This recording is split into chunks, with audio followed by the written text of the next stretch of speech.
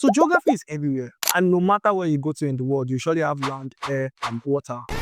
And if you use Google Maps very well, maybe if you are driving or if you're walking or whatever, they will tell you that the broken down truck was reported here 12 minutes ago. Is the truck still there? Someone reported that truck.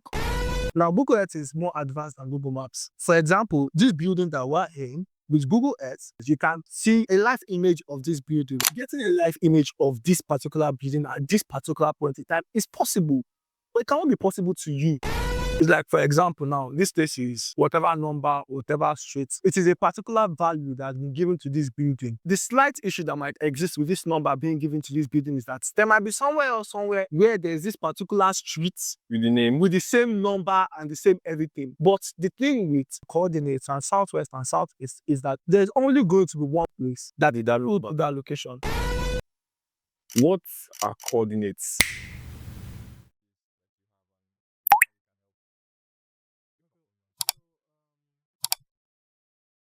I'm a fashion designer, tailor, and stylist. But whilst I was in school, I studied geography.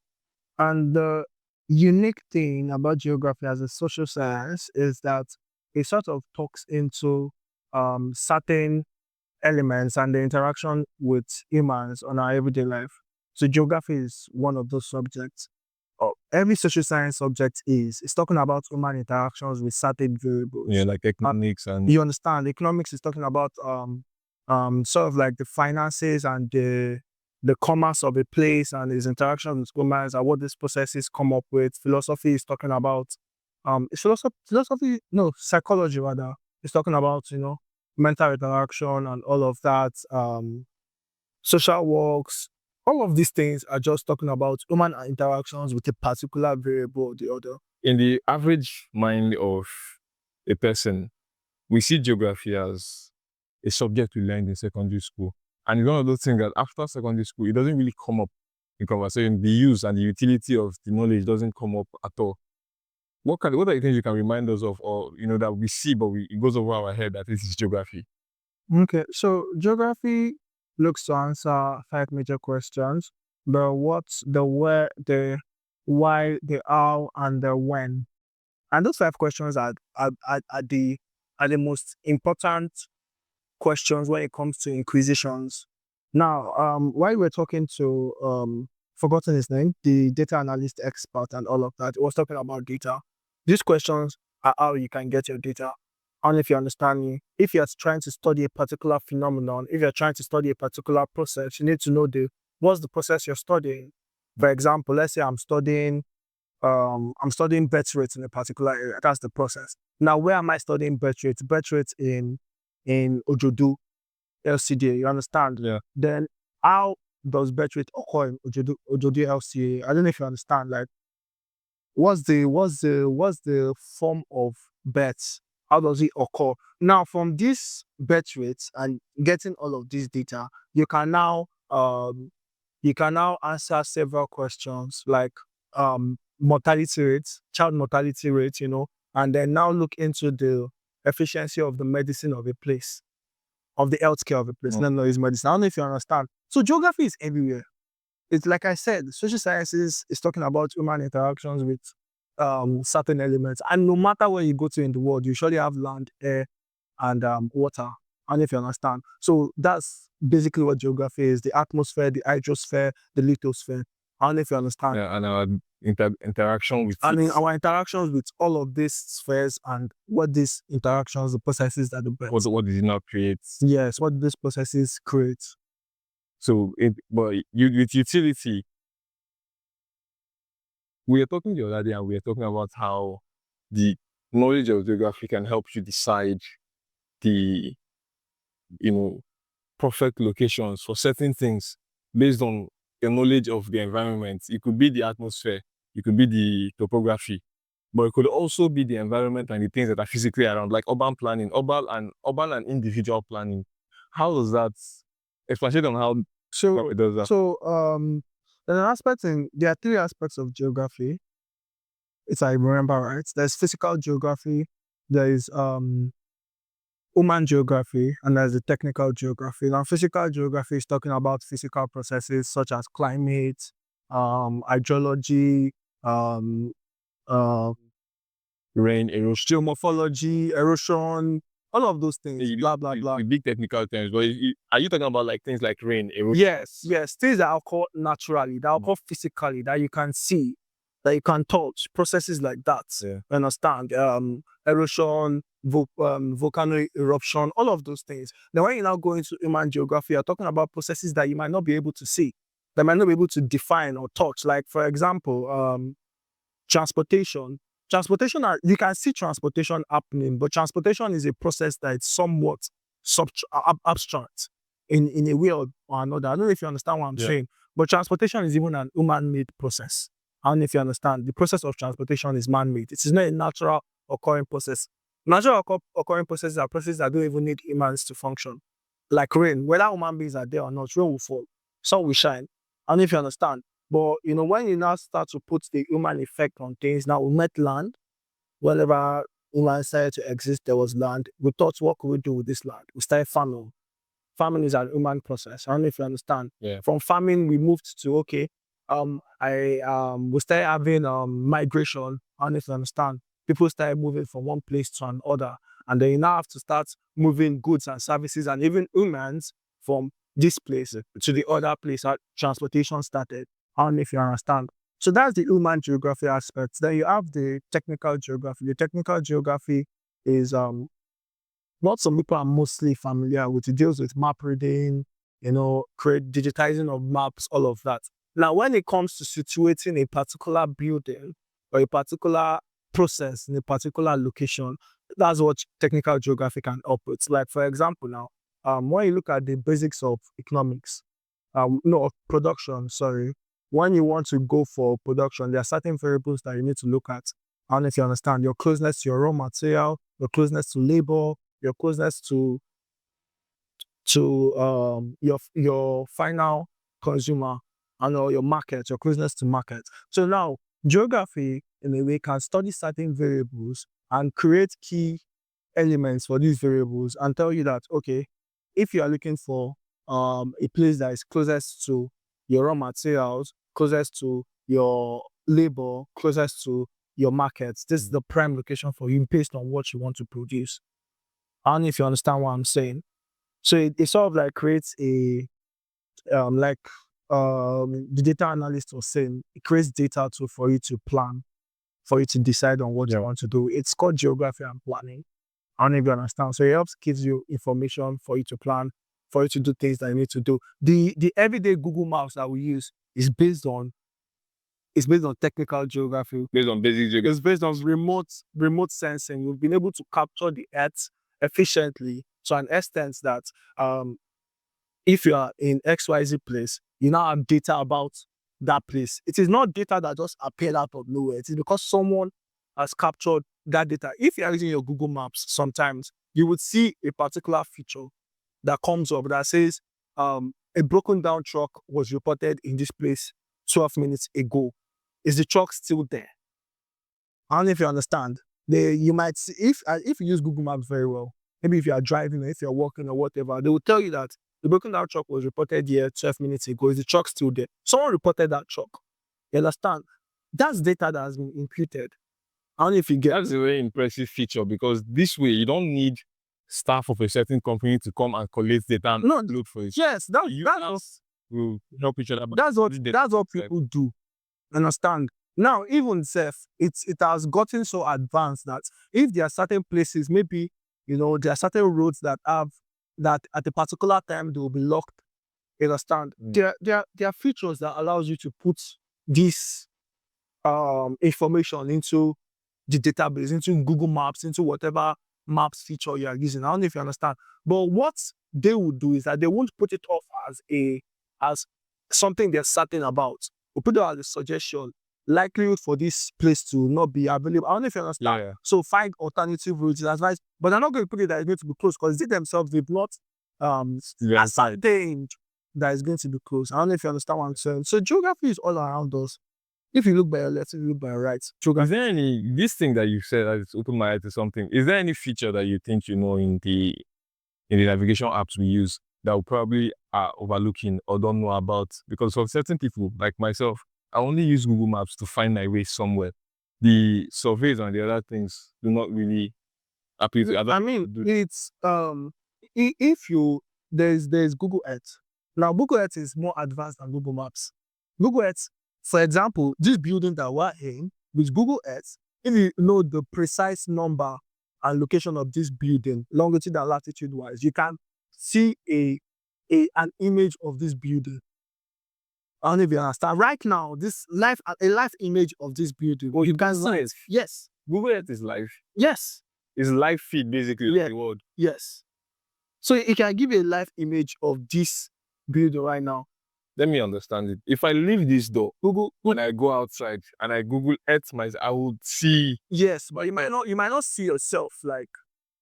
So maybe it's not real time. You understand? It's on delay, but you would send see feedback. Yes, and the way it works is that Google has satellites, remote sensing. So they've used these satellites to be able to capture different angles of the world.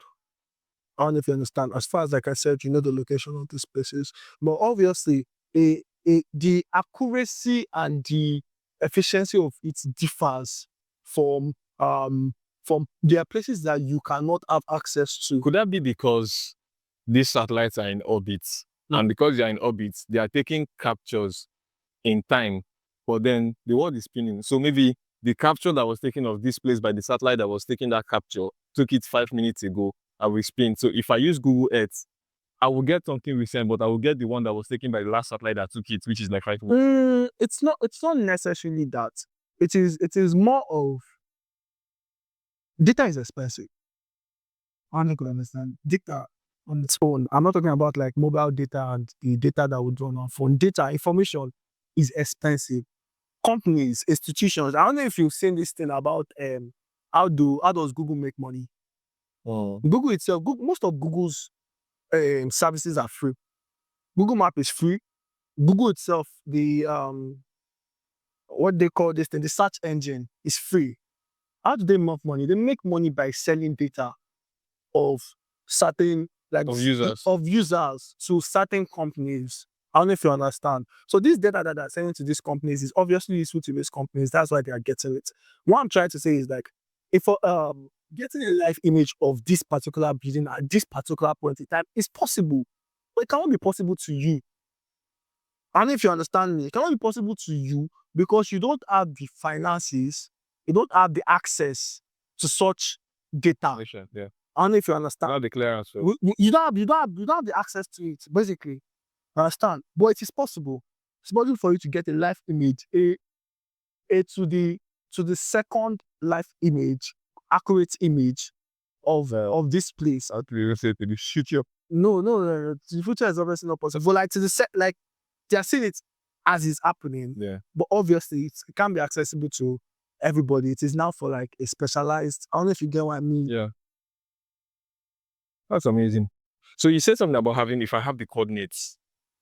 What are coordinates? You said it in movies and it's not easy when you're talking about it. So you're seated to this is my north, this is my south, this is my west, this is my east. Left is west. Yes, my left is west and my right is east, and this is my north, this is my south. So as we are seated now, you're seated to my west. I am relating your distance to myself. So now your distance in relation to the camera is probably southwest. You're somewhere along the southwest. Yeah, no, it's kind of northeast. Because this is the east. Okay, the camera is facing us. So this is the north. It's your south. Yeah, I am looking, and now I am judging the camera observation based on me. Yeah. I don't even understand that me now, the way I'm looking at it, the camera is also facing this way, but the camera is facing us. So obviously, yes, you are right. Is on your northeast. But if I was looking based on the camera was facing my own direction, is on your southwest. So location or direction or whatever is relative to something. I don't know if you understand. If you want to use a compass, they have a true north. You understand? The red line has to align to the true north for you to know where you are going to. There's only one north because it's like I said, that is relative to the equator. There's something that it is relative to. I don't know if you understand. So coordinates is now giving a particular, it's just like a is a measuring value to location. I don't know if you understand. It's a way to measure location. I don't need to get me. So you can use longitude and latitude. You can use southwest, you can use southeast, you can use a particular degree southeast. You can even use minutes and seconds. I don't know if you understand. So it just depends on, it's like, for example, now, this place is whatever number, whatever street, whatever. It is a particular value that's been given to this building.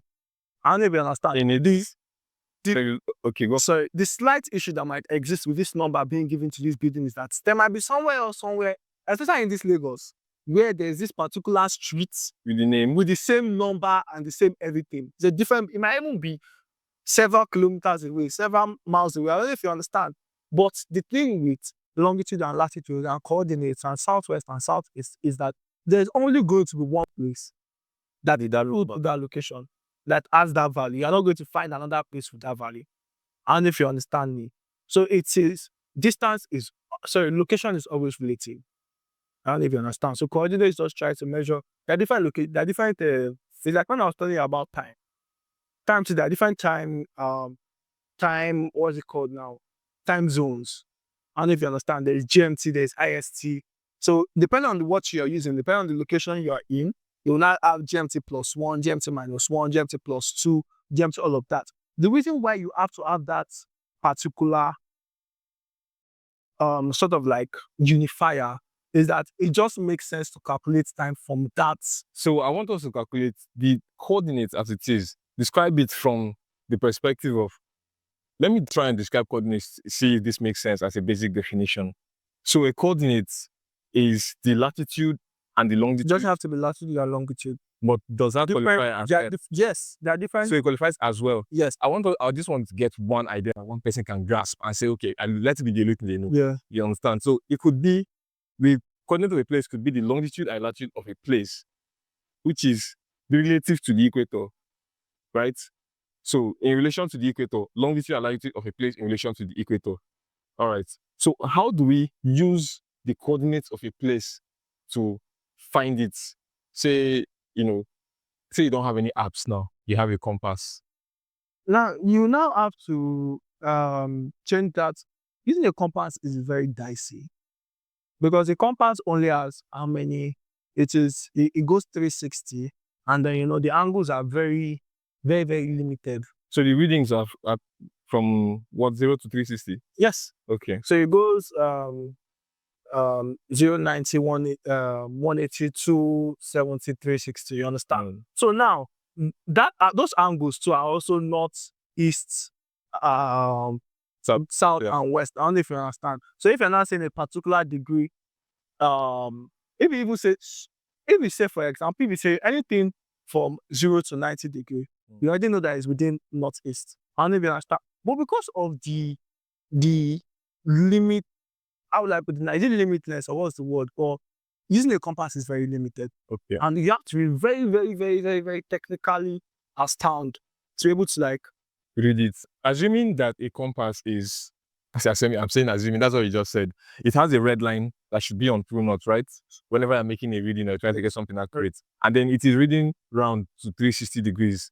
So the figures in longitude and latitude, are they in degrees? The longitude and latitude is a different, it's a different metric. It's a different metric that you have to convert to degrees if you want to use this in a compass. Yes. So if I have the longitude and latitude and I convert it to degrees, what would it give me as an end result? Is it two different numbers, or what would it give me? It will give you a particular a number degrees south, west, or northeast, or north west, or all of that. Okay, of my current location. Yes. So if I have the longitude, not of your current location, it is not. You are not the determiner of the degree. I don't know if you understand me. Whether I am here now, if I am standing here, I am standing here. If there's a particular place that is so and so latitude, it is me that will work with the location of the place, not the location of the place working based on me. I don't know if you understand what I'm saying. Like, that's why there's a true north. The true north is never going to change. Basically, that's what I'm looking for, guidelines, in the sense that if you have the degree of a location, we are both in this studio. But say we are trying to get to your house and all we have is the coordinates of a house, but we have converted the coordinates to degree and we have a compass. What are the things that we need to find to know to try and get to your house? We have the degree, we have a compass. There's a red line on the compass, like I said. That red line is facing true north. So now what happens is that there is a particular arrow. You have to make sure that wherever you are facing the compass, the arrow is facing that red line. Once that arrow is facing that red line, that means you are facing the true north. You get me? So once you are facing the true north, now you are not able to navigate, okay, we are going this way, or we are going that way, or we are going back, or we are going forward, or we are going right. Let me see if I can describe this right. Say your house converted is, give me an example in degrees. It's like 30 degrees northeast. 30 degrees northeast. Fine. So now I have a compass. I'll put the compass on true north. And I'm saying if I'm trying to get to KO's house, I have to find my way to 30 degrees northeast to get to KO's house. So I put it on true north, and 30 degrees northeast is this way. It means I have to start moving this way in any direction. If there's no road, whatever I'm doing. That's why I'm talking about how limited a compass is. I don't know if you understand. Yeah. Now, when compasses were still, Just let me know, is it correct? Yes. So that would mean that your house is this way. Yes, your house is this way, but now this way is so ambiguous. You understand? So that's what I'm saying. Like the use of a compass is very limited. It is old technology. Yes, you understand. So it is very limited. But also the thing about it is that there's usually going to be roads and walkways that lead to a particular path. I don't know if you understand. Especially if you are walking in a bush or a forest, but there's going to be, I don't know if you understand. Yeah. So it's likely that if I am here and then I'm supposed to go this way, the nearest road to this direction is probably where I'm supposed to follow. Probably. Yeah. There's no assuredness of it. I don't even understand. Yeah. But it's very limited in its use. Yeah, but if you walk around, say, okay, and now I know that the general direction of your house is this way, but I have to go out the gate and follow the road, right? But then since I know that the general direction is this way, when I've done all this movement, and, turned left a lot because I know I turned right to first get out of this place, I can now look at my map again and go through north and say, what is this degree northeast? So it's like I said, the location of a place is not relative to, it's true to where. Now the thing about what's it called now? The thing about where you are now is that if I am supposed to go, how do I put it now? If they say this place is the way they used to do it back then is that they will say this place is south of this particular location. You understand? Now, because it's south of this particular location now, you have to make sure that you are following the direction based on where you've left. Understand? But if you've converted longitude and latitude into south, and then obviously it is true to, and we are using wherever you are, you understand? As far as you are using your true north and you're ensuring that your compass reading is accurate, you just have to keep on following. I know that when compasses were used, we don't have as much buildings as we do now. And most of our settlements are dispersed. You understand?